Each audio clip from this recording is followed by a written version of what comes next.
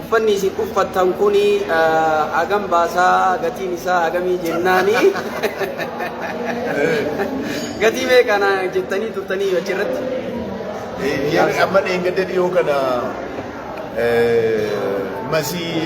gaazexeessituu masiin na gaafattee turte dhugaa sababni jennaan ilaa 500 musliimni zinaa dalaguu hin danda'a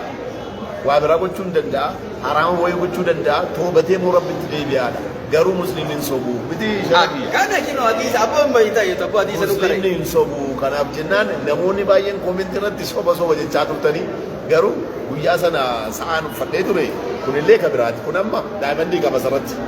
kun kabiraati kun baay'ee guddida kan kana haasa'uun fedhu amma la sheekaroobee sibira jira kam amma sheekaroobee jira namni sheekaroobee dhibbatti amana dhibbatti ani bakkeennaaf sa'aatiin narra jirtu sun Mansuur birrii 2,000 bite saantimii takka jalaan qabdu 2,000 bite dhibbatti namni ni amana rakkoon qabu Mansuurii kiyya rakkoon qabu Oromoon koo galaana duniyaallee ni qaba rabbi duniyaa haa dabaluufi ammas dachaa godhee rabbi haa dabaluufi mee sa'aatii sirra jirtu tana hakan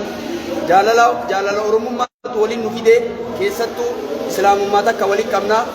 baga rabbiin tokko nu godhe baga rabbiin islaamummallee nu kenne dhugaa muslimni hin kijibu nabiyyi alayhi salaatu wassalaam sa'aatii teenamee sa'aatiin hidhatte tun gatii hagamtaati. Tuni baay'ee hojjedha maaliif jennaan ilaa orijinaaliis qaba feekiis qaba kan baruu qabnu kana wanti guddaan maalini kuni birrii 15,000 20,000 ilma bitama garuu orijinaalii gaafa ta'u gaafa sartifikeetii qabaatu gaafa gaaraantii qabaatu gatiin isaa hin qaaliidha jechuudha sheeka kiyya dhiifama naa godhe gatii isaa himuu hin fedhu laala Mansuurii keessi jaalala keetti waliin nu fide wallaahi alluu kaana soo dhufeen nu bakka makiinaan hin jiraatin illee sheekroobee namni ni jaalataa namni hin jaalanne hin jiru dhugaa rabbii dubbachuudhaaf Mansuuroo kiyya rabbi si haa jaalatu abboo jaalalli ta rabbiitu caala kana marrallee rabbi ammallee si haa jaalatu si haa urgeessu bakka Oromoon kulliin si jaalatu wallaahi aduwwii rabbi sirraa haa qabu aduwwii wallahi balaa rabbi sirraa haa qabu aduwwii waanyo namni nama waanya dhugaadha akkasii miti jechuu danda'a waan fedhe haa jedhu mataa jalaa gadi hin qabatin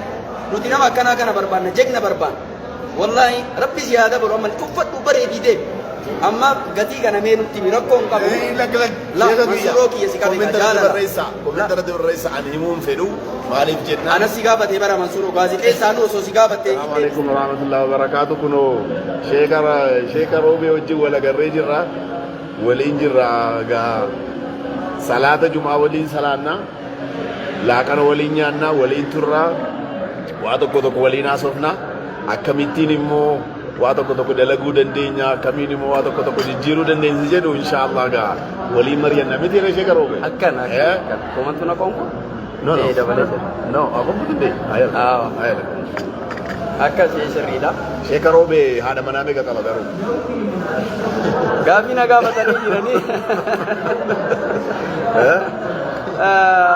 sheeka roobee jaartii manaa meeqa qabdu naan jedhanii ammaaf tamarkaa qabu takka akkuma isin argitanii gama FB'tiin gama sooshaal miidiyaatiin argitan takka